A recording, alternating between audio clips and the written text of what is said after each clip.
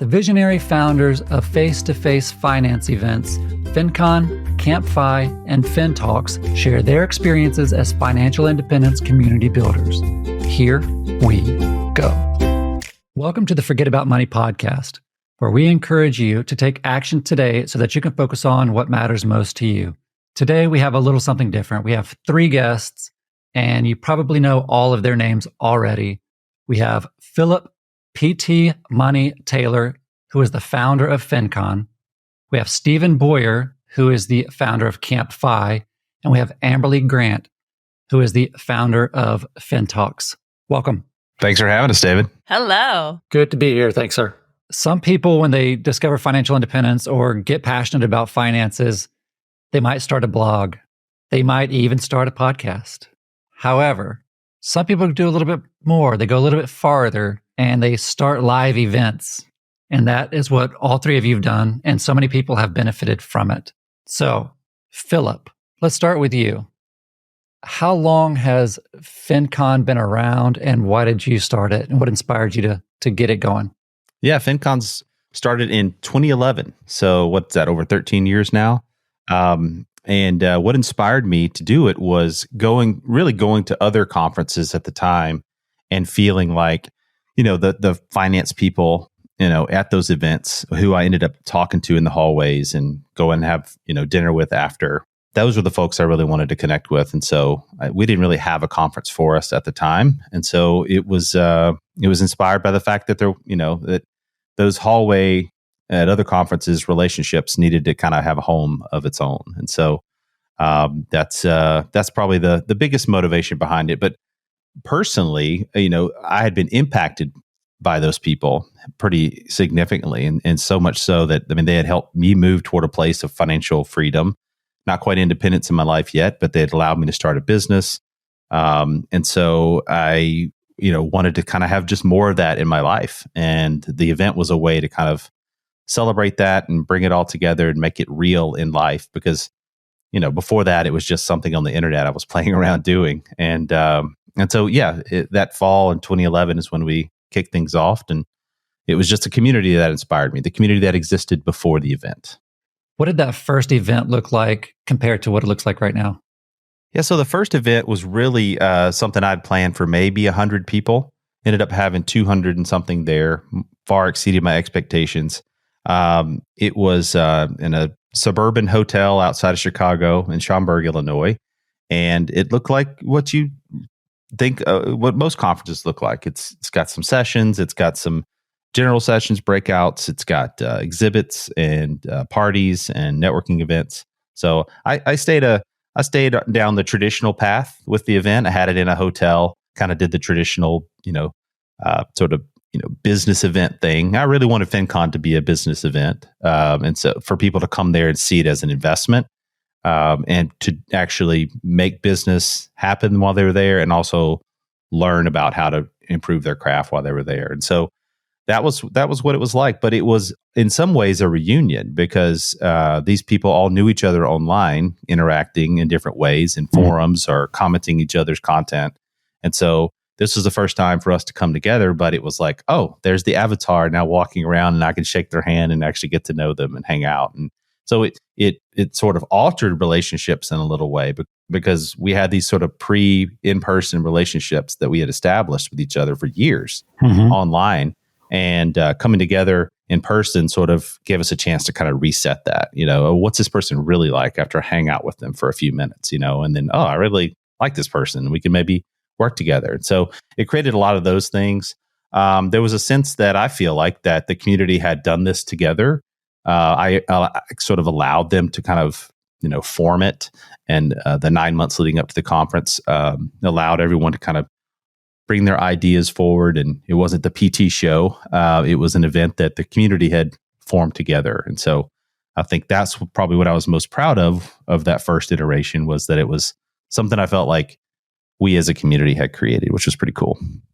Well, it's got to feel pretty good if your very first event, you've only planned for 100 and you 2x that. That told you that the demand was there, right off the bat. So that's what a vote of confidence for what you're doing and seeing the need out there and you putting something in place to respond to that need?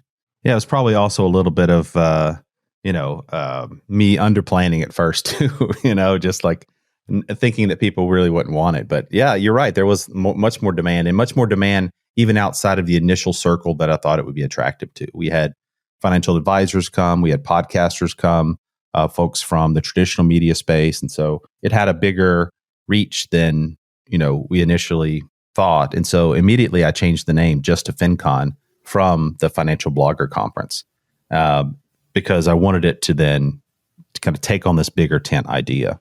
Yeah, and it's fewer syllables, so that's easier. That's right. Marketing-wise. That's right. Stephen, can you share the background story of CampFI? What was your initial motivation for it? Well, as you know, David, me and you went to Camp Mustache in 2016, had a great time. And at that time, I think there was only one Camp Mustache being held every year, and it was up in Washington State. And we are from Georgia, the southeastern United States. So that's a long way to go, but it was definitely worth it. And I enjoyed it. And it was really cool to meet kind of people who are like-minded, people who gravitated toward the Mr. Money Mustache blog specifically. And it was good to meet them in person and just kind of feel like you were part of something, because a lot of times, maybe when people first stumble upon that blog, it's like, oh, that might be the first time that they feel like someone is sort of speaking their language. Just the mindset's a little bit counterculture. And so at the time, I didn't feel like I really knew anybody around here that was that into that mindset. So going up there, being surrounded by, 50 other people, it was just a good experience. I felt like if I'm down here in the Southeast, there's got to be other people down here with that same mindset, and I want to find them. So I asked the organizers from the original Camp Mustache, could I do a Camp Mustache down here in the Southeast? And they were absolutely supportive. We did that in the following January in 2017. We had 38 people show up down in Florida, just out of Gainesville, which is north central Florida, and had a good time. Like PT was saying, you get to see some of these people you just kind of know as avatars online. You get to see them in person. I mean, we had JD Roth come down. We had Mr. Money Mustache came down, and a few others that people would know today. And it was just a really good time. And I didn't know at the time if it was going to turn into any kind of a business or if I was going to be the very last one that I ever did. Because, PT, you're an accountant, I'm an accountant. It's kind of funny how these accountants are like going completely probably out of their comfort zone and just creating these super social events. I had never done an event before. So planning for it, I was like, well, I'm just going to create something that I want with people that know the things that I don't know. That's how it originated. I do remember that. And you and I had a lot of conversations along the way. And I'm really proud of how that one went. And then just what you've done with it so far, helping so many people. Amberly, FinTalks is your brand, and you are based out of Colorado. What led you to combine your love of financial independence with FinTalks events in your local area, your group membership, as well as, I believe just most recently, now you're going on cruises. So give us the background. This is a little bit more unique than PTs or Stevens. And like them, or unlike them, I should say, I am a very social creature. Stephen just mentioned, he's an accountant and this is a lot for him. I love getting people together, and I've been like this since I was a child. So, grabbing, my mom always tells a story about how I would gather the neighborhood children, go to their parents, get 50 cents for McDonald's ice cream, and then walk them all to McDonald's, buy ice cream for everyone. And then we play in the play place and I'd walk them home. So this is in my blood. For me, it was 2020. The pandemic had just hit. I'd always wanted to start a podcast, but I hadn't really made the leap. I had all this financial knowledge. I've been reading finance books since I was 15 years old. I didn't really know what to do with it all. And I figured people were hurting or something might be going on with people financially because of a pandemic. And so what I decided to do was start just doing Facebook Lives every single day, 5 days a week for 25 minutes, every day at the same time. And I started gathering a following. And then someone in that following was like, we should have a Tuesday conversation. So then FinTalks, which was called FinZoom at the time, I have an 8-week-old behind me, as you can hear. FinZoom is what I used to call it, started. And that was just a group of people who would get on every single Tuesday at 5:30 Mountain Time and just have a conversation around finances, life, support each other, get to know each other. And we didn't know each other before this. And then it started with 4 people. 3 of them were my friends, 1 person I didn't know. And I have had 4.5 years of FinTalks conversations on Tuesdays. At some point, someone said, hey, let's have an in-person event. I had never thrown one before for people. So I figured, yes, because I'm just like a yes person. So I hosted 25 people in Denver. People flew in from like around the country to come. 16 people stayed at my house. So we had this event where I cooked food for everyone. We had a couple talks. We went to Mr. Money Mustache headquarters, had people like do some presentations there. And then everyone flew home on Sunday or Monday. Most people flew home on Monday because it's the FI community, right? They all want the cheap flight. So then I did that for 3 years straight. So I held in-person events where I no longer cooked, but had it catered. Each time I'd, incrementally better.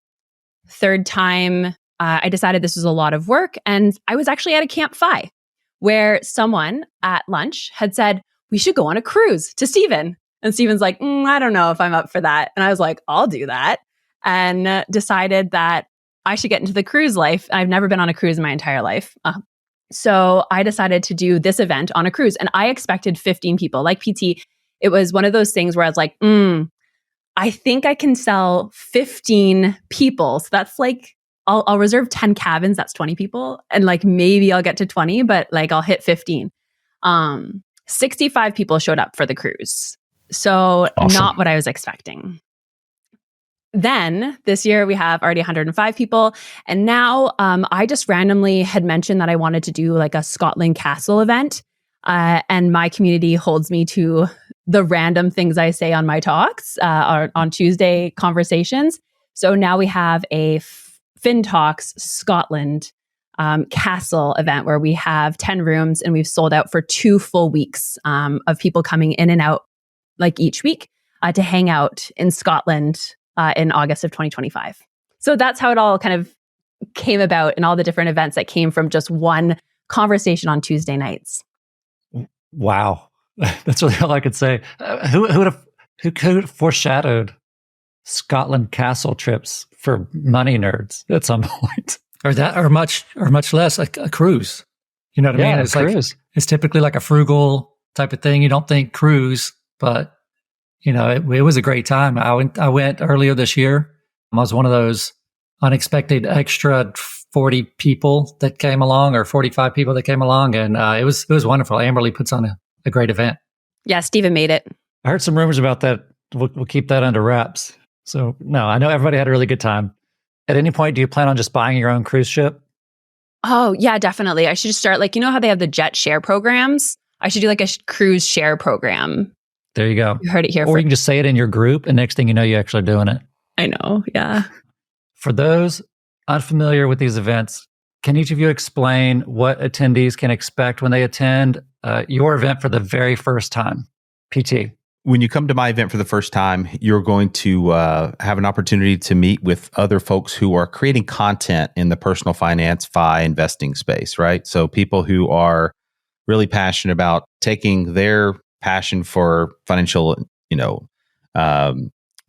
independence and sharing that with the world with a content business, right? And so that's who you're going to get to connect with while you're there. There's going to be sessions on how to do that, how to create better content, how to market it better, and then how to monetize it if that's your goal. And then we're going to also have brands there, right? So financial services companies are there, also creator services companies are there. And you'll have a chance to meet with them face to face and set up some type of business relationship if you want, or kind of further establish that. And then we just have plenty of time to hang and talk and hang out. We also have sort of side discussions around financial topics. So because we're all financial nerds, but also content creators, we mostly want to come together and talk about the content stuff first. So that's what's going to happen and going to be the primary objective. But hey, there's typically something new going on in the FI community or in the investing community or in retirement community. So we sort of gather those communities together to have many discussions about some of those sort of hot topics. So that does happen there still at FinCon, and we're proud of that. We want to kind of help further the discussion about, helping people's financial lives. And as part of that is sort of continuing to educate ourselves on the topics. And so that's what you can experience at the event. It's 4 days of fun. We move it around every year, but it's one big conference. We will have probably around 1,500 folks there this year. We're going to have it in October this year in 24 in Atlanta. Right up the road, Atlanta. Speaking of Atlanta, good win last night against Philadelphia out of nowhere. I went to bed. I was like, man, we're going to lose. I'm going to bed. I'm not going to watch this garbage. I got up. I looked at my phone. I was like, dang, I should have stayed up for the extra 1 minute and 30 seconds on the clock or whatever it was, where everything's changed. That is a big win. That is a big win. I don't think anybody expected him to beat Philadelphia. He's pretty legit. None of y'all are Philadelphia fans, are you? Hockey. That's all I can say. I'm Canadian. Oh, yeah. Steven, what can somebody expect from one of your events? CampFI is primarily a community builder first. So you can expect the focus to be on just hanging out. It's typically, I think they've all up to now have been Friday through Monday. So it's a long weekend. People will check in on Friday between 4 and 6 or so, have dinner, then hang out and sort of introduce themselves between dinner and bedtime. Saturday and Sunday, between breakfast and lunch, we usually have a couple presentations, which is a nice shared experience for the group. And then after lunch, we'll do breakout sessions on topics that are determined by the group. And that's just an informal discussion where people usually just put their chairs in a circle, talk about travel hacking, life after FI, just whatever they decide, whatever the topics that they decide they want to talk about. And then is free time after that. Usually it's from like 2 to 6. You have about 4 hours of free time just to go and do whatever the retreat center offers in the way of like recreational opportunities. Sometimes they have hiking trails, archery, canoes, kayaks on a lake or a river. Some people just go and take a nap and sort of recharge the battery a little bit. And a lot of people just sit around on a porch in a chair and just chit chat. So it's a little different from FinCon in that way. So it's more personal finance, knowledge sharing related event than it is about just building a business, a money focused content creation business. And we are not in a hotel environment. We'll usually find a summer camp, people who do summer camp for kids or organizations that do summer camps for kids. Those are the type of places that have what we want. We want to be able to lodge people. We want to be able to feed them on site, not necessarily have to go outside and get catering delivered. And we want fun stuff to do out in nature. But then Saturday and Sunday, that's kind of what that looks like. Sometimes it's Saturday night or Sunday night after dinner, we'll have like a podcaster. If they do come and they want to create some content, we'll have some live podcast recording maybe. So that's a good, fun time for a lot of us to just sit down and watch and witness a podcast being created live, which is awesome. And, 2 or 3 weeks later, you get to hear it and share it. And then somebody's kind of like the star of their podcast and they really weren't expecting to be. So it's fun for them. And sometimes karaoke breaks out. That's always a good time. And I'm trying to think of what else. Just people hanging out. Sometimes at night, I'll have a campfire going. Then Monday morning is sort of just people hanging out, clearing out their rooms, leaving as their travel plans dictate, and maybe like getting numbers and saying bye to people. By noon, we're out of there. So it's a late Friday to middle of the day, Monday, start to finish, and it's pretty low key. If you're watching this on YouTube, you do know, or actually probably even listening to it, our voices are very similar. We look very similar. If you don't know who I am or who Steven is, we are identical twin brothers. So I want to throw that out there that I'm sure I'm biased in some way towards his events. But as objective as I can be, I've gone to a number of CampFIs and they've been excellent. And I've got many, many friends that have come from those events. So I've gone to CampFIs. I've gone to FinCon in DC a few years ago, but I have not yet been on a cruise. Amberly, what can I expect when I board that ship? I'd love for you to join. So We have a pre-cruise session where we just get on Zoom so that everyone can have the best experience. We talk about, what are limitations for going, cruising to a different country. People like Josh Overmeyer, who've been on, 20 cruises a year, will come on and talk to us about what's the best way to do this, so that you have the best time individually. The cruise itself, I've been to PT's event, I've been to Steven's event, so I've been to FinCon and CampFI, and they've described them perfectly. I've learned so much at FinCon. And CampFI, I've made so many friends.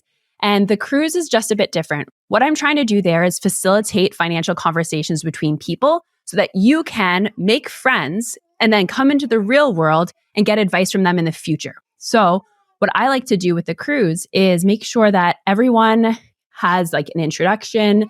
Then you go off to your cabins, you do your thing. Normally that night, if I'll get a conference room, we'll do all those intros. We'll have like a question that we'll do in groups. And you only get to meet a little bit of people each time. So maybe we'll split the groups up into 4. So you're just meeting that specific, let's say at this point, 25 people. So then when you're on the ship, you can recognize them. And that's what everyone loves, is that as you're walking by, you can just, you guys are going to the dining room, let's go together. Or you're going to walk the track, we'll go together. And that's where the kind of the relationships start. Then you have excursions, and we have a spreadsheet where everyone can put their excursions, and you can join in on other people's excursions. So then you can, again, meet new people and have some great conversations. Then we'll do some conference room times on sea days. So the conference rooms are about 2.5 hours. I only do 10-minute presentations from people. So I don't want it to be about presenters. I don't want it to be about speakers. It truly is about the attendees getting to know and helping each other. So 10 minutes just to spark conversation. And then we might do a question and answer or kind of a group discussion about it. Then, everyone again goes onto goes about the ship and like just runs into each other and has such Creates a great memories. time.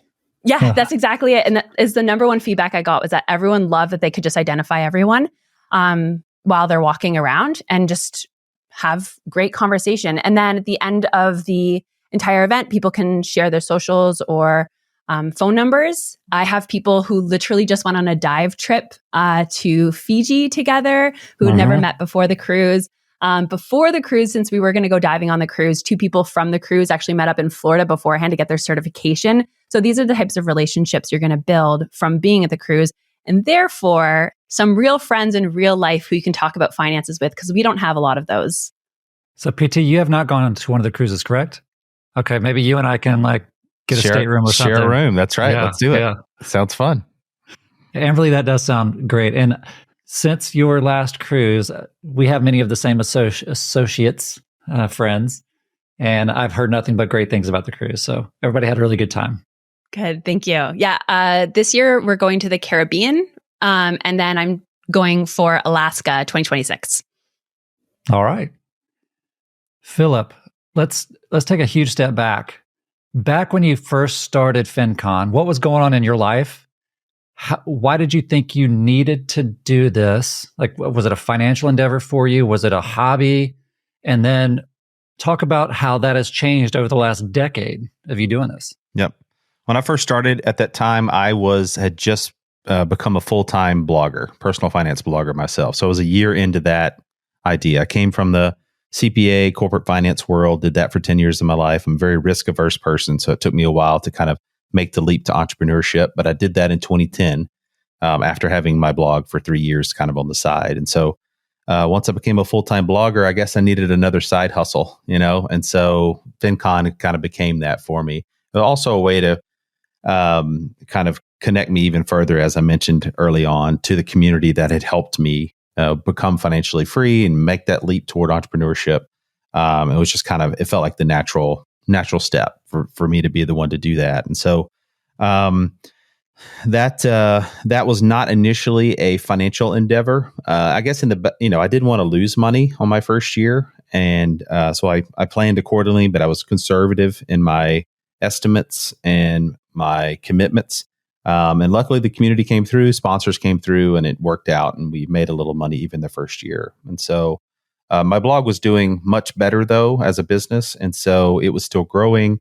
And at the time I needed to put most of my focus on that. And so that's what I did for the first 2 or 3 years of FinCon, was just continue to focus on my blog, FinCon was the side project that me and my team would, kind of put together.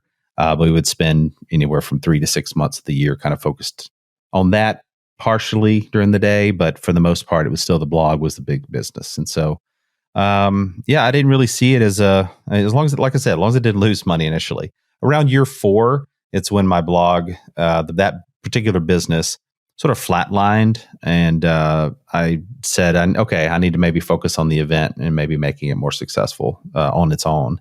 And so I shifted my focus to making it, scaling it up, trying to include more people, trying to get more partners and sponsors there, open up a true exhibit hall versus just people in the hallways, expanding it to multiple ticket levels where you could come. Because I kept FinCon very affordable, and it's, in my view, it still is at the entry level. But then we scaled up tickets and tried to add more value for people through more connection, more parties at the event, different ways to kind of make it a better experience for them, and people are willing to pay. So it was a way to scale the business. And also, there wasn't a home for, at the time, this explosive growth that we were seeing in the FIRE community, right? And so FinCon, I felt like predated FIRE a little bit, even maybe like by a year.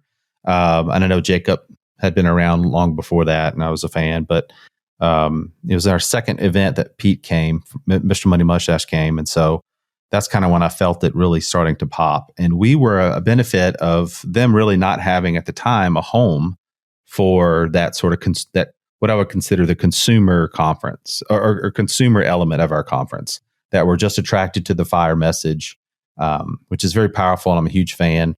Consider myself a part of the movement as well. But initially the conference predated it. But then I would say years 2011, 2012 through 19, we became kind of a home for FIRE.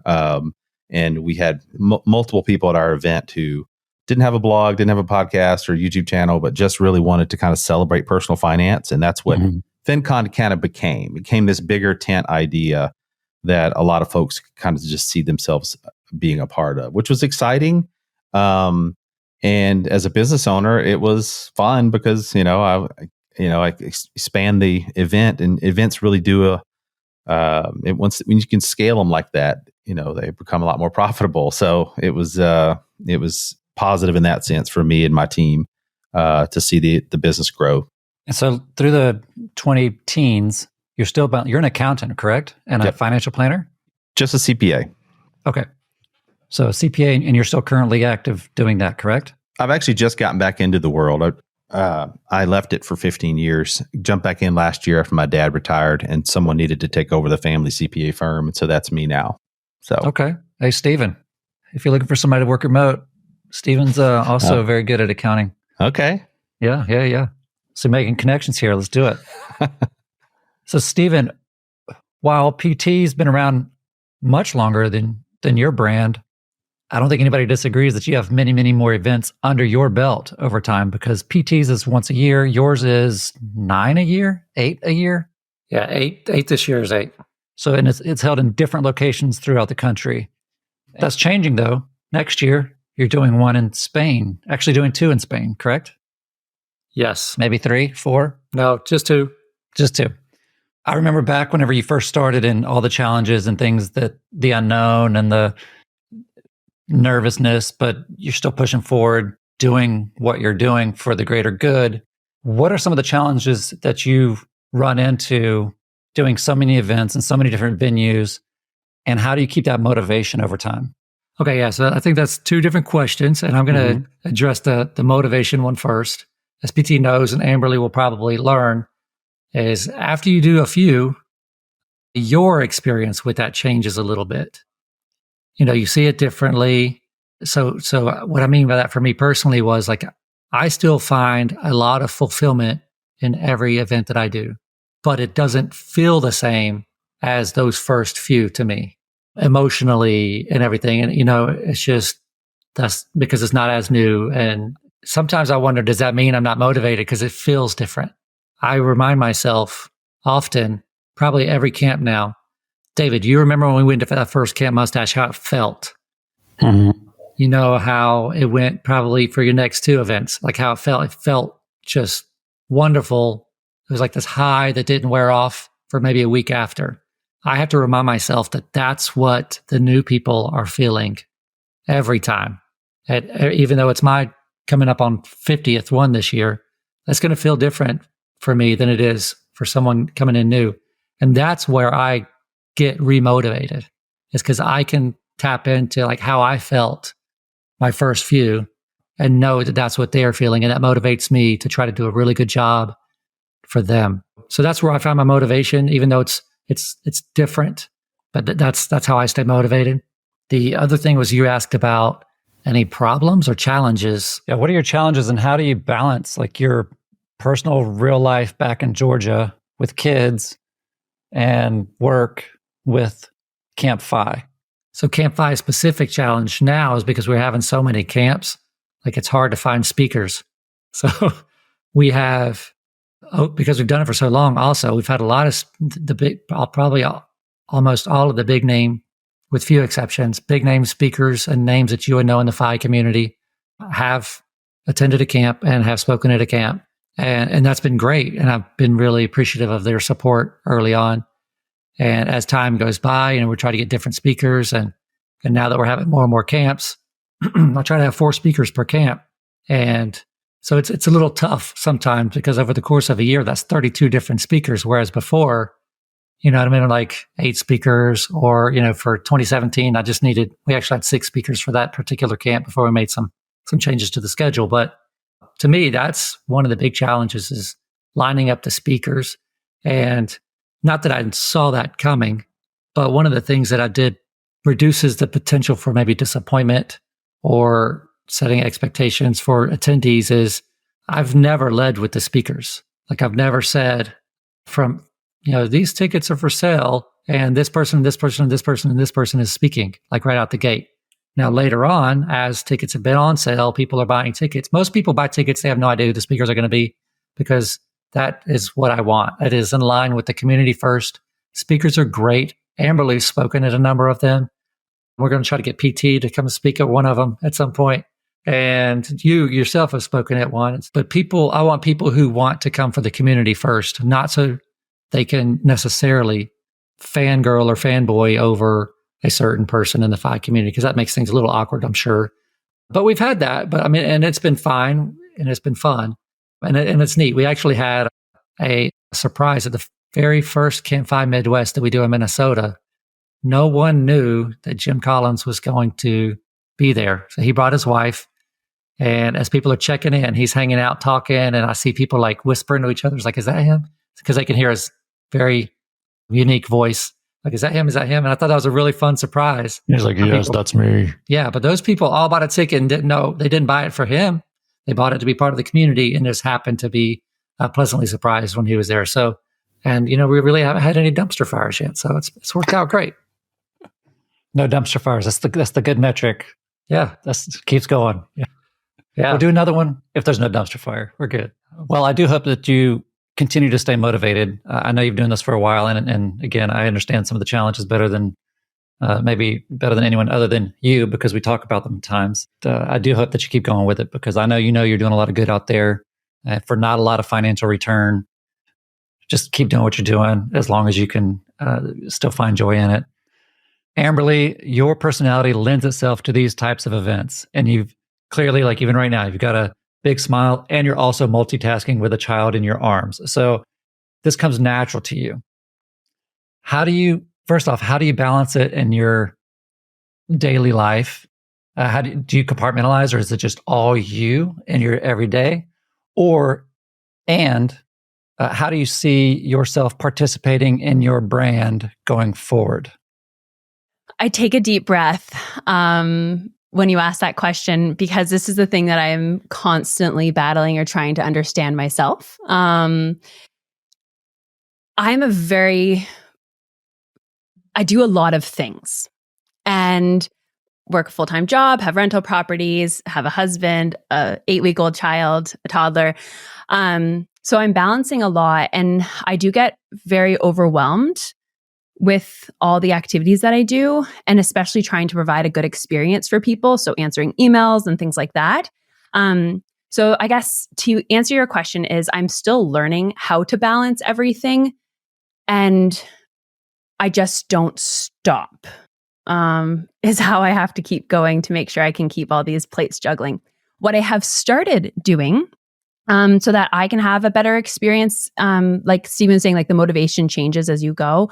I have actually started having people help. So in return for like a free membership to my community or no planning fees for the cruise or whatever it might be, I've actually had people reach out saying, hey, I'd love to help you with something. And so then I've started to offload responsibilities that I have to someone else. And this is what I've heard from all the great entrepreneurs is what you need to do to run a successful business. And I have not been able to do that in the past. So I'd say this year, especially over the past 4 months, is the first time that I've started to really do that. And it has been incredible. So for the cruise, I have someone who sends out all the first emails. They add people to the spreadsheet. And it was such an overwhelming process for me, even though it seems like from the outside, it's like, oh, it'll take you 2 minutes. But it's never just 2 minutes, as you all know. It's like responding, and it's 2 minutes for 105 people and whatever. So I find that just a challenge in general. And then for me, my personality of saying yes too often is like, there wouldn't be a cruise if I didn't have this personality, right? So as you can imagine, multiplying that on different parts of my life is a lot. So I've also learned to say no. I had a whole year where all I could do, every time someone asked me something, I had to say no first, and then I could step back and see if I wanted to do the thing. So I'm trying to, like, I guess incorporate some therapy things into my life so that I can really balance and manage everything. PT, you've been doing this for, would you say 2011? So we're coming up on 13 years now, 14 years. And when you started the FIRE movement, the financial independence movement, you had Jacob Lund Fisker, and then you had shortly after you had Mr. Money Mustache coming into the space. So you've seen a number of trends and transitions in the financial independence community. What trends have you personally noted since 2011 to 2000 and now?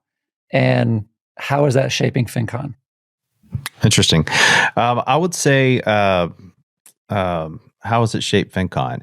I would say in the biggest way it's shaped FinCon is that it's given our community sort of a heart and soul behind why we're doing what we're doing, right? So when I first started,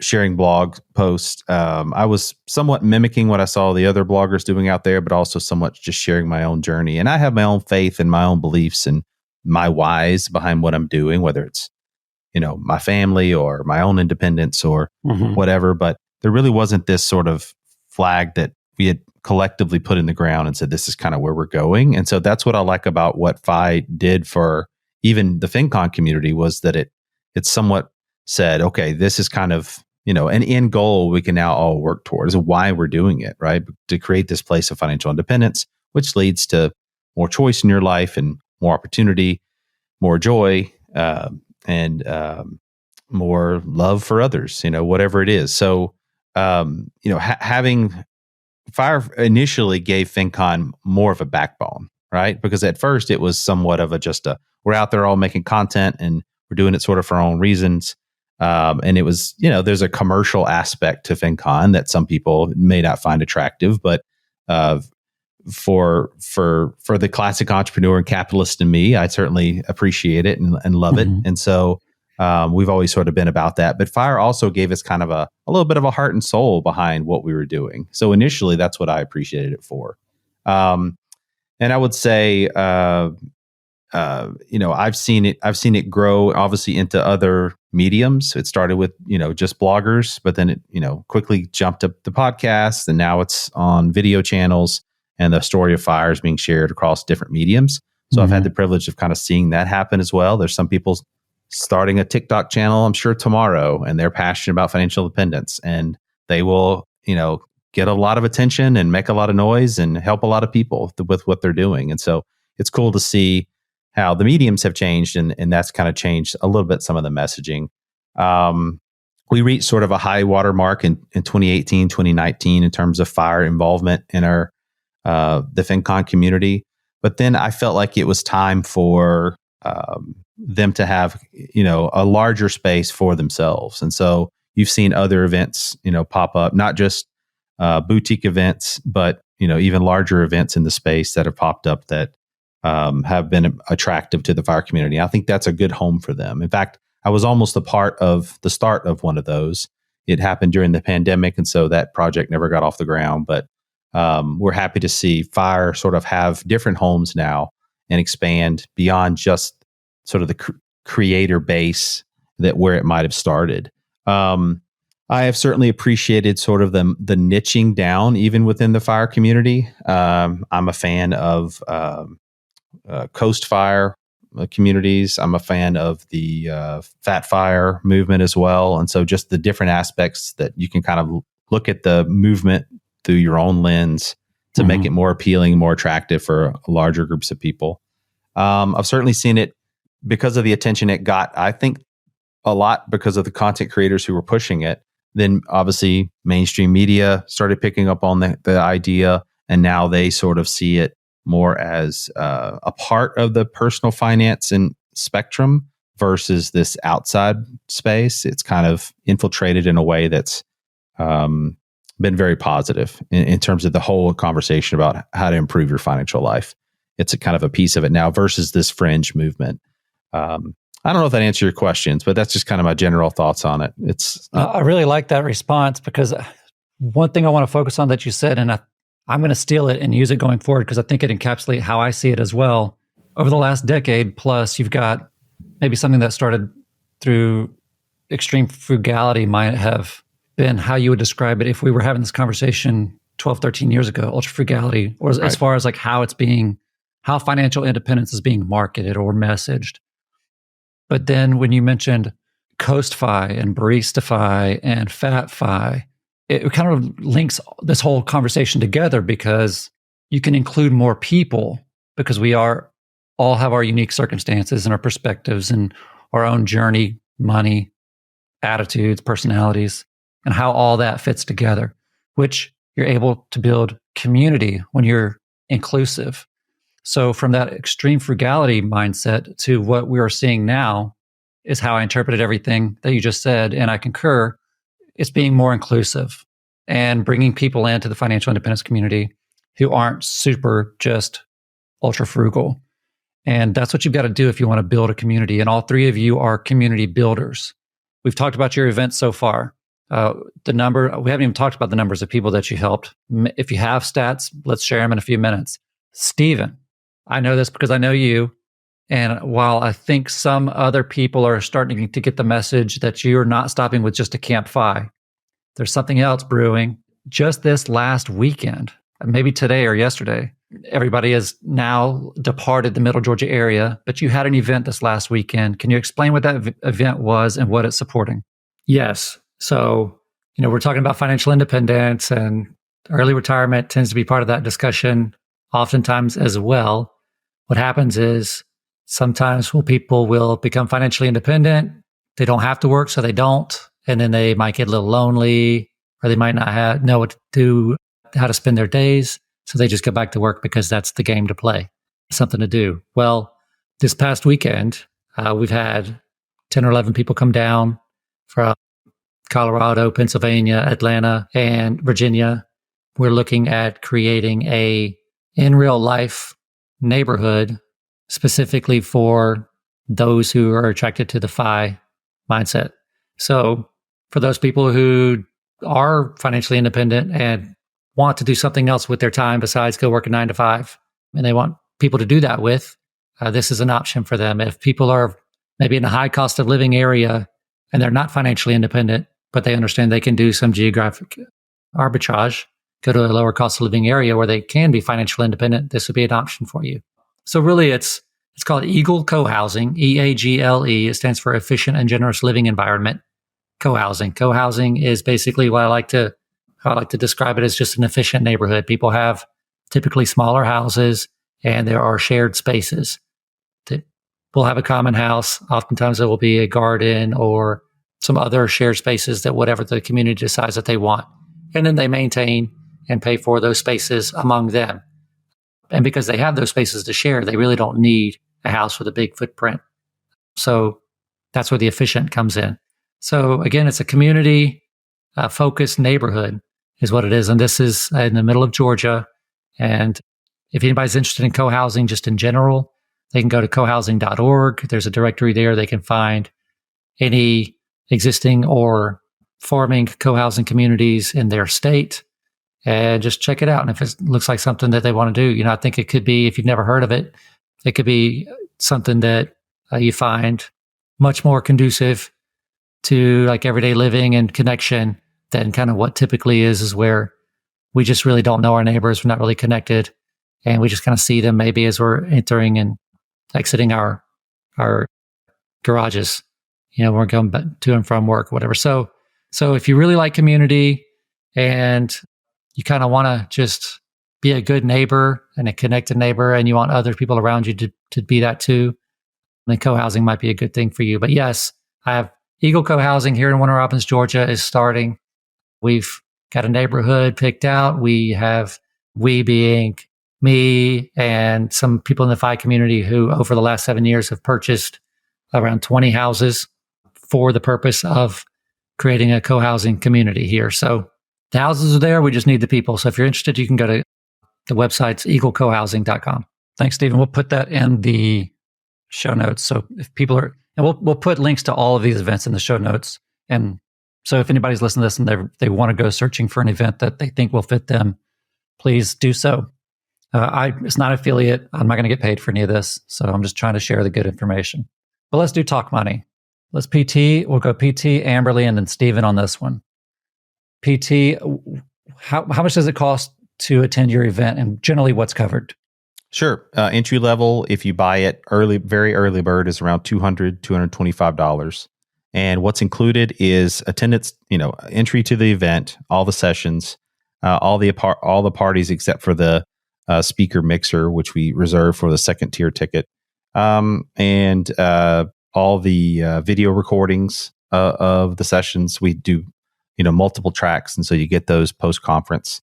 All the parties that happen at the event. I think I said that, and that's it. That's what you get. And we have the second tier ticket, which is what we call our Creator Plus Pass, which includes a networking component. So you get the additional mixer at the initial party at the event, as well as you get access to our meeting software, right? So if you want to meet with brands there, if that's a part of what you're trying to do is grow some of your advertisers for your content, then we facilitate those meetings at the conference. And so we use software to kind of do that. And that's that second tier ticket. And if you are coming in as an outsider, a brand, or someone from the industry, quote unquote, then you pay a different level ticket. So it's around $250, $550 or $600, and then around $700-800 for the brand pass. So that's kind of how we lay it out. And you said this year it's in October and it's in Atlanta. And next year, where is it going to be? We haven't announced the location, but the dates are early September in the West Coast of the United States. Oh, West Coast. Hopefully somewhere near San Diego, maybe? Yes. Oh, okay. It's on the West Coast. Hint there. It's on the West Coast. Gotcha. Amberly. So mine, it depends on the event. I actually have a question for the group after this, but it depends on the event. So the great thing about a cruise is you can really tier yourself. You can have an inside cabin or a balcony, or a view room. And so depending on the length of the cruise, but essentially last cruise was 400 to about 700, 650. So that would be between an inside room to a balcony room. And then I do charge a $50 planning fee. I'm getting my license to be able to, be the person to actually book everyone on the reservation, so I don't have to charge a planning fee anymore, which is really nice. And then this cruise, which is a 6-night cruise, is $700 for an interior room that's per person. So if you want a solo room, it's double that. $700 to about $1,100 for a view balcony, like an ocean balcony. So quite affordable for 6 nights, which includes all the food and all the events. And then there's a hotel beforehand, which, is not included in the ticket, but we all just hack that with points. And I do help you pair with a roommate. So if you do want to come solo, but you don't want to pay the double price for a solo cabin, I will gladly find someone who I think you'll get along with. And so far I've been successful. The other thing, the Scotland Castle is the first time I've done this event. And this is kind of my question to the group is, how do you price yourself so that you cover your costs, make money, maybe? And how do you decide what that looks like? Because with Scotland, it's my first time doing it. It's the first time I have to put a full deposit down on something. And I was really nervous about selling it out. And so it's priced at $825 American for an entire week. And then, which is insanely cheap.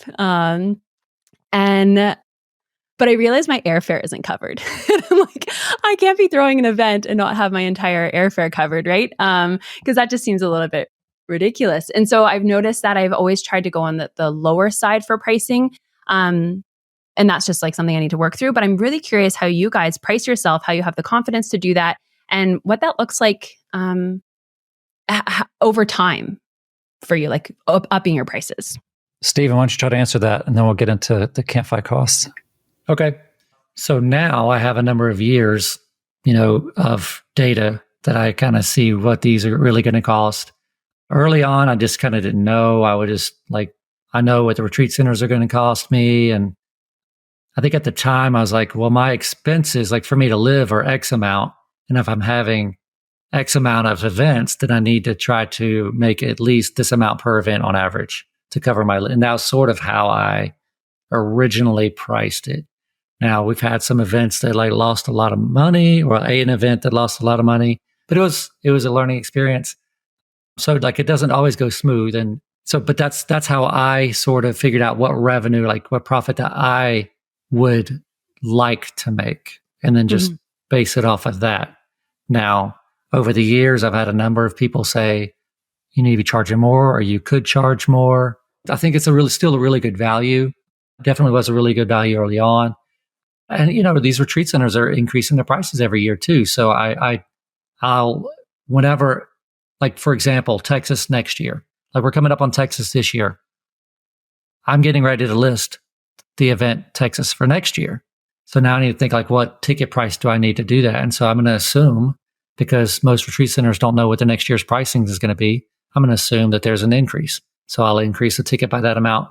Typically, I will do that. Sometimes I'll go multiple years without raising prices. But after, you can only do that for so long. And then it catches up and you're like, okay, yeah, I need to do something. Yeah. But the other thing is I've been able to make up a little bit of that difference on volume. We've had more and more people come into the camps over the years. So I can keep the ticket prices lower because I'm making up some of that margin quantity increases. So, but that's what I would do. I was first, and then there's those people who are well, what is the fair market? What will someone pay for it? Mm-hmm. And price it at that. I've heard this strategy. What do you think the most someone will pay for it? Price it and do that. And then if you can't sell tickets, reduce your price. I've also heard that if you are at 100% capacity, your prices are too high. Be at 90%. And then you probably... You mean your prices are too low? Too low. You said prices are too high, but you meant prices are too low. Exactly. Correct? Yes. Okay. If you're selling out quick, your prices are probably too low. Yeah. Early on, the CampFI mission wasn't to make money. It was to grow and strengthen the in real life financial independence community. That was it. And I use that mission to guide me in a few different areas. One is if we have a really high percentage of returnees, that's strengthening, but it's not necessarily growing the in real life as far as CampFI is concerned.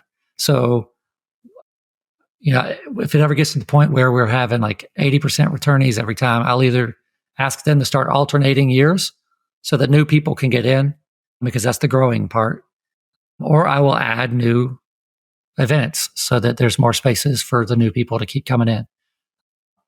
But if I ever feel say I had 5 events and they were the same 55, 60 people coming every time, and I know that they're going to come every year, so I can keep raising the price and I just know they're going to come. That would be a strictly money move and a strengthening move for the community, but it wouldn't be a growing move. So I really do want to keep prices low as possible, as long as I can still pay my bills. And one of the great things is my cost of living is really low, so I don't need to make a lot of money. So it kind of helps out with that. And I'm not an optimizer. So just by nature, I'm not an optimizer. So I guess I don't lose sleep over, am I pricing it high enough? I just want people to keep coming and having a good time. And as long as I'm able to get by, I'm good with that. And I know the price for CampFIs vary depending on the venue. What's the lower range and what's the location? What's the highest range and what's that location? The lowest ticket is a chalet ticket at CampFI Mid-Atlantic. But what that gets you is a screened-in elevated porch in the woods. So if you're into camping and you just want to come and hang out and lodging isn't super important to you, or you just like camping, that's the thing to get. That's the one to get. Many people get those every year. I've done it. It was a great time. It's fun waking up in the woods and hearing nature and everything. It's wonderful as long as the weather's good. And what's that price? So that's, I want to say it might be like $325. I haven't looked at it in a while, but I think it's around in the low threes, low to mid threes. And then probably the highest ticket we have is just over $5. Like, I've wanted to keep it at 500 or less, just because something psychologically I think happens when you see a ticket that's over $500. And I don't want to scare people away. But I think CampFI Southwest is probably the more expensive ticket. So CampFI. Okay, and that event's going to be coming up pretty soon, October 4th through the 7th here, about an hour from San Diego. It's in Julian, beautiful mountain area. Weather's just changing. It's very, very nice. Yeah. And then that one is also the highest cost for me too. Like, that retreat center is the most expensive retreat center of all the retreat centers. So that explains why the ticket price is and higher. for anybody who just heard that and they're thinking the Mid-Atlantic, if you go to that one, you're just going to be sleeping in a screened-in porch. They do have other options, like a hotel-ish type options is there as well. Yeah, they have regular lodges with walls and roofs and everything. PT, how is now you think about all of this a little bit different. You lean a little bit more on the capitalism spectrum and how you filter your decisions about FinCon. Completely respectable. Has that changed? How do you balance maybe some of the themes or philosophies that Stephen and Amberly have with that capitalist mindset as well? Yeah. Just wanted to answer Amberly's question, though, first, if I could. Sure. How I think about pricing. I would think about introducing multiple tiers to what you're doing, not just beyond the cabin space, which does make sense. It's a natural way for people to pay more. But just other things you could include in the event, other ways to connect them, other things to give them while they're there, places where you can add margin to what you're offering. I think people buying your ticket, and same for you, Stephen, they're buying a boutique experience. Even though these are fire people, they've saved their money and, prepared themselves for these experiences. And so I think they're seeing it as a premium boutique type of experience. And so, and they want to see you succeed. They want to see you continue to do this and to thrive while you're doing this, right? And to make it even better from year to year to do that. So that's in one way to just kind of say you have permission to do it. But also working out the different ticket offers, I would say look into something that's helped me is looking into Alex Hormozy and his books on offers, which has been very valuable in terms of trying to find ways to kind of offer more and sort of make your price almost irrelevant, right? That's the goal, is to make the price sort of almost irrelevant for the folks who are getting, because they want to feel like they're getting one over on you when they buy this from you, And I get the sentiment of wanting to make it accessible and available to as many people as possible. And so we do that through FinCon, through scholarships, which we've done through the past. We've done, like I said, early bird entrant pricing, right? So those people who they're hawking it, they're ready for it. As soon as it opens, they're going to get it at the cheapest price. So we appease them. But then for everyone who values their flexibility and things like that over time, they wait, to the last minute. And we're seeing more and more people wait to the last minute now. It's like 30-40% of our ticket buyers come in the last month. People are starting to value more flexibility post-COVID. But anyway, that was a side note about my thoughts on pricing. I probably talked to you for days on that topic. But yeah, if I could just say thank you. I appreciate that, especially coming from my background with like frugality and not having a lot. I always want to make it like really accessible. Yep. But I love the idea of tiered pricing, especially when I'm not like, I don't make money off the cruise because it's the cruise line who makes the money. Right. So having more value add is a great idea. Thank you. Yeah. Yeah. And I also have the benefit of, having partners with my event, right? So 50% of my revenue comes from sponsors and exhibitors. And so traditionally how I've done it is try to pick one, either ticket sales or sponsors, exhibitors, and saying, okay, we want to meet our cost of the event from that side of the house, right? And so that's kind of the ultimate goal, is for have one of those things meet the core cost of the event.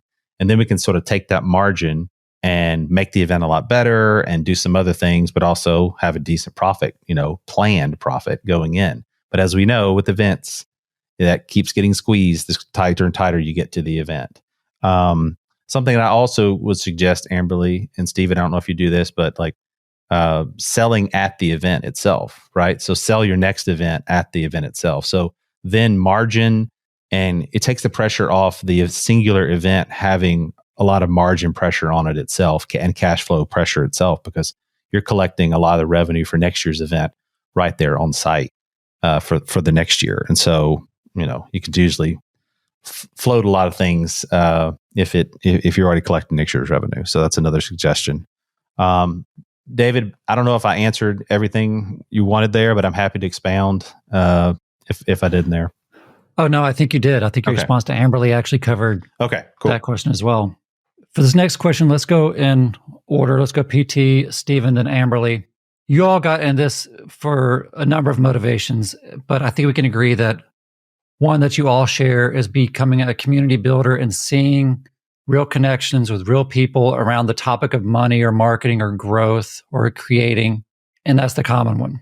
So going forward, we want more people to do things like you three are doing. I don't think any of you are like, that's my competitor. I don't want them to succeed. It's not like that.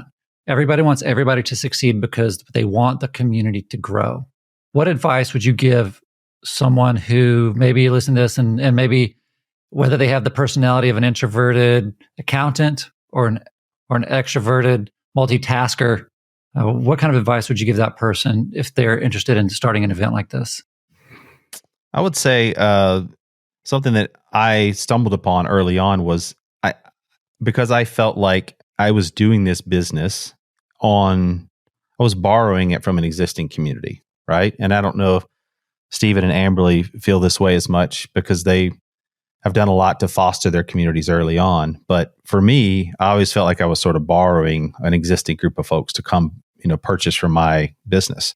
And so I, from the outset, opened the doors in terms of helping, allowing them to help me create the event, right? And so I took what's considered, I didn't know it at the time, but it's called the lean startup method, right? So where you basically, try to put together a minimum viable product and you let your customer really help shape and form what you're putting together. And so I used my email list that I collected from the folks who were interested in the event before I could even sell them a ticket. And we started talking about things like who we want to speak, where we want to have it, what we want to do while we're there. And so the community really shaped the event and really created the product that they ultimately then bought. So that's what I would do, is lean on that. Now, Stephen mentioned his own intuitions, and I would not discount them because I had my own things I wanted at FinCon as well, and I made sure they were there. And I would lean on that as well because you're the one whose passion has bubbled up to this point to where you're crazy enough to say, I want to throw an event. And so I would lean on that as well and mix that with the desires of the ultimate customer. And it's going to produce a better event.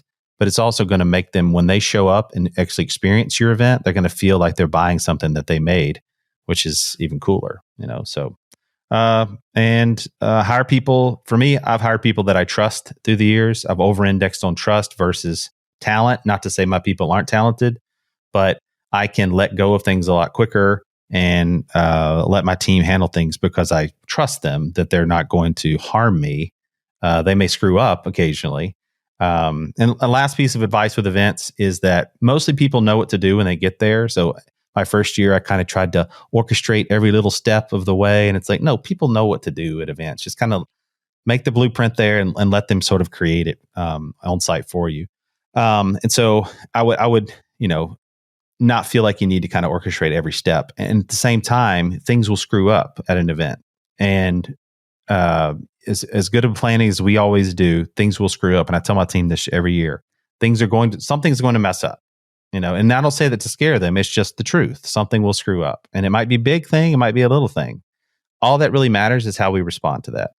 And that's what I preach to them. It's the response that matters the most. And people will forgive, honest mistakes if you fix it right away, or if you handle the apology the right way. So just be, ready for those things to happen, but then quick to solve them. So. Yep. Yeah. Thanks, PT. That was a lot of good advice. What I would tell someone is, one, do it.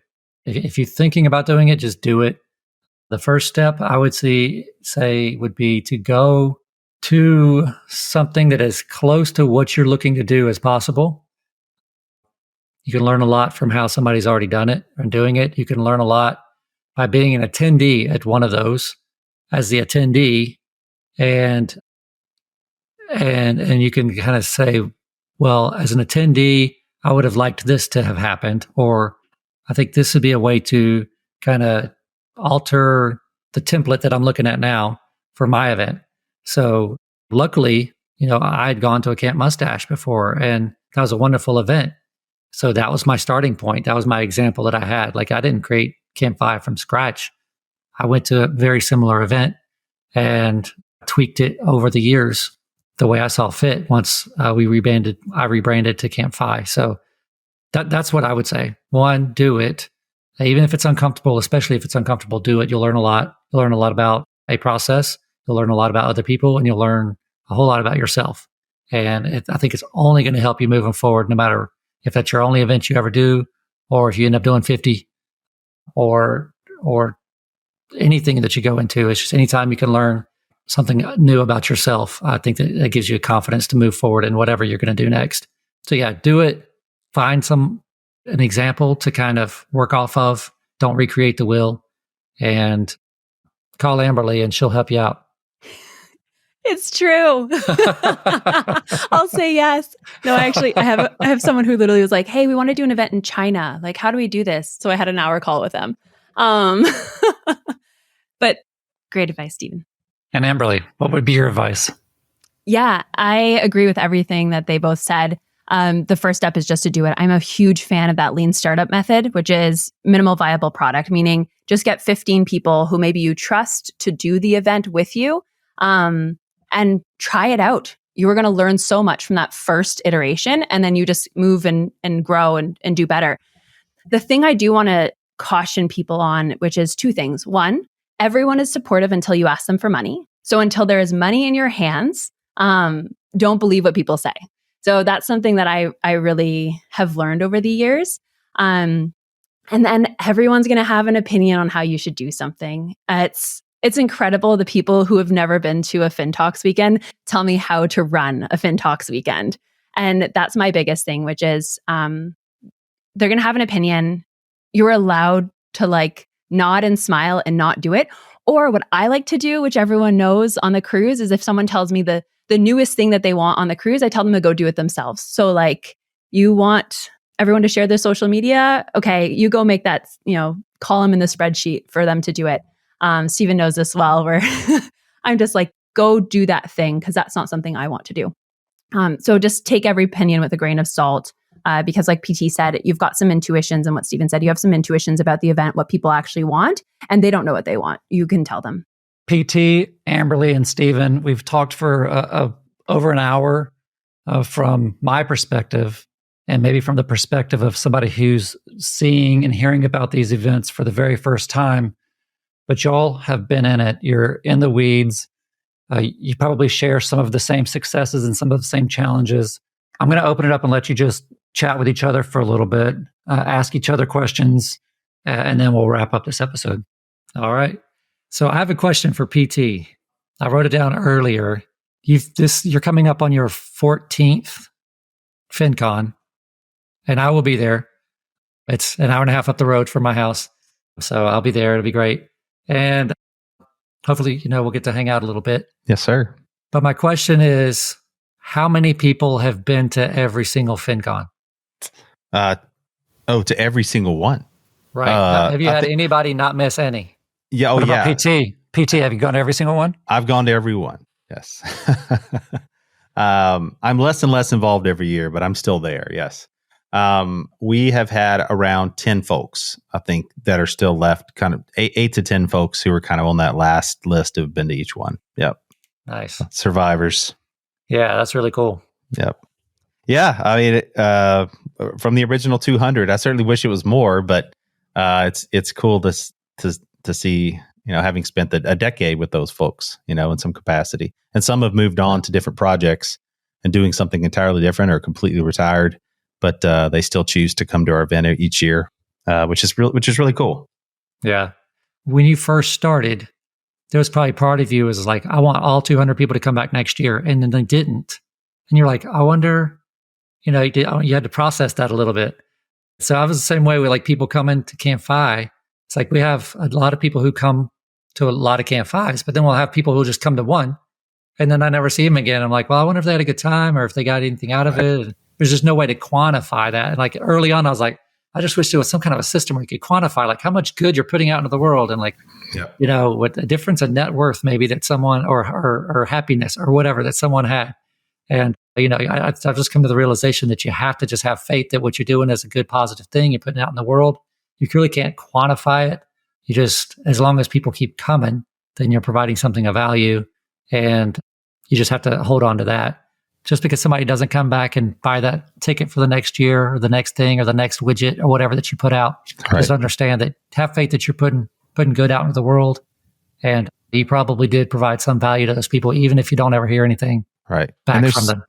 Yeah, there's so many more options these days, right? Post-COVID, there's so many more events that popped up, a lot more opportunity for people's perspectives on being at places and spending time at things changed so much. And so most of them would rather be in their backyard, oftentimes now these days than, getting on an airplane, going somewhere to do something like that. So it's hard to pull people away to events. We found that we grew every year until 2019. And so that was a question I had was, why aren't folks coming back? But more and more were coming every year. So it's like, I didn't have to think about it too much, but these days it's a little more, we're lucky, we feel lucky to kind of get them when we get them. And we want to try to give them an experience that gives them a community. And I didn't say this, David, when you mentioned what's offered with the ticket, but you do get access to our Facebook group before the event. So one of the things we try to offer with the ticket is what we call the little bit of the bonus sandwich, where you get something before the event and something after the event. So that in both of those were aimed at sort of knocking down objections to being to buying our ticket, right? A big objection is I don't know anybody, right? So what you do is you create the community beforehand, so that you get them used to each other beforehand. The other objection is, well, what if I don't see all the sessions while I'm there? And so, we give you the sessions afterwards. So we create that bonus sandwich for people to kind of make sure they're getting what they're getting. And so in the perfect world, FinCon sort of solves their problem that year. And then, they can then go take those things and go do business with them. And that exists for a while, them not need to be at our event year after year. So we're seeing that more and more, but certainly it'd be cooler if they all kept showing back up. I have a question for you, Stephen. How do you make multiple of boutique events profitable? Like, do you have a P&L for the year that includes all 10 events? And, do you set a particular margin per each event? Like how do you think about it in terms of planning out the year? Yeah. So like I mentioned to Amberly earlier, is I have the historical data. So I have an Excel spreadsheet with, revenue and expenses actual over time. And so for next year, when I'm looking at what do I think that I might make next year, I start out with this year. I adjust the costs estimates for inflation and whatever the retreat center decides to do, and taxes and things like that. And then I just see, I look at last year and like, do I feel like I made enough from that? Mm-hmm. If it's just, it's not necessarily like hard and fast rules or whatever that I'm trying to do, but it's just like I look at that and it's like, that really wasn't worth it to me, or that was worth it to me. And if it wasn't worth it to me, I will entertain the idea of increasing my ticket price for the next year to see if I can make it worth it. And that's just kind of how I do it. It's just it's a running tally every year. So like I said earlier, I'm getting ready I'm looking at next year's Texas. So I have most of this year's Texas finances nailed down, even though the event hasn't happened yet.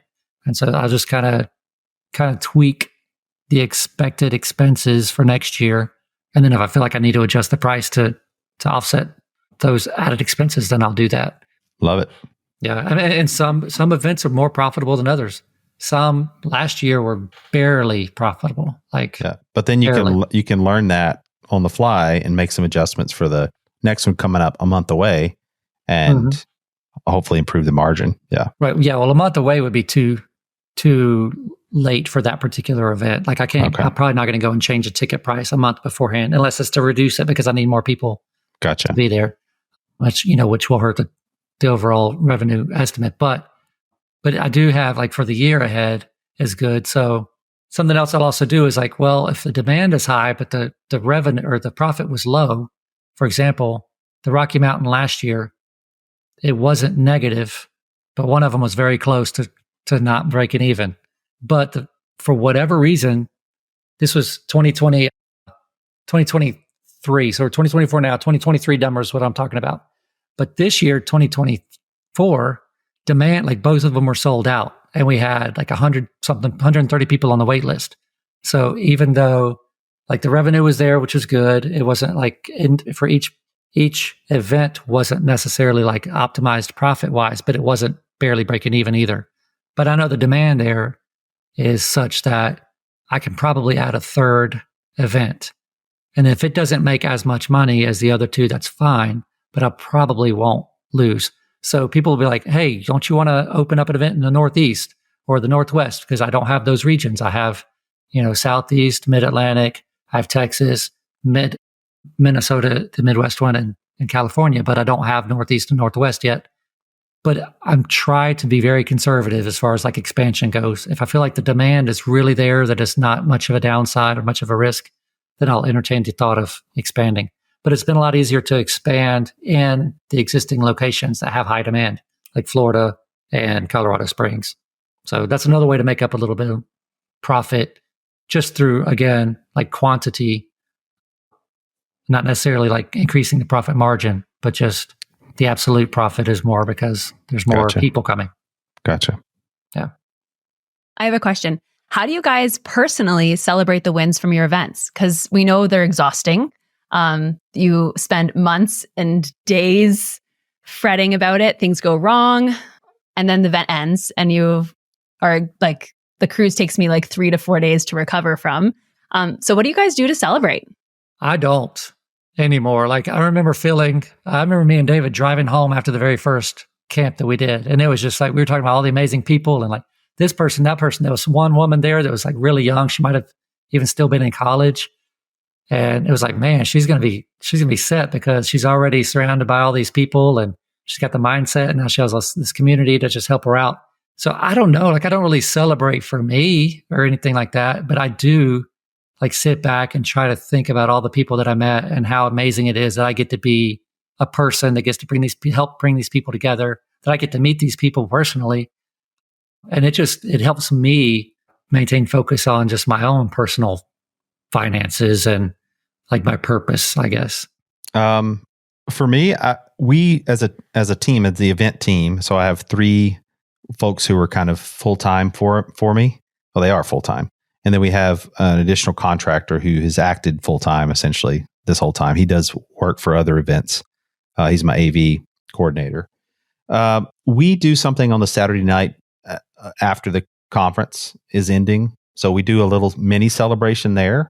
And then we typically get to hang out that next day in a casual way. And so there's sort of a debrief and decompress with my team, which is a lot of fun because we get to sort of all feel that feeling of having accomplished the thing together and talk about the wins and losses and kind of think about things we might want to do for next year while it's fresh and just kind of celebrate.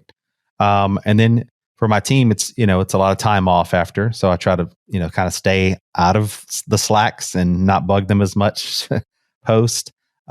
Personally, I'm a family man, so I get to spend more time with my family after. And that typically means something as boring as being excited to take the kids to school the next week. And maybe if everyone's in school, maybe I'll sneak out and play some golf that next week, so that's probably what I do. And Amberly, so how many shots of tequila do you celebrate with?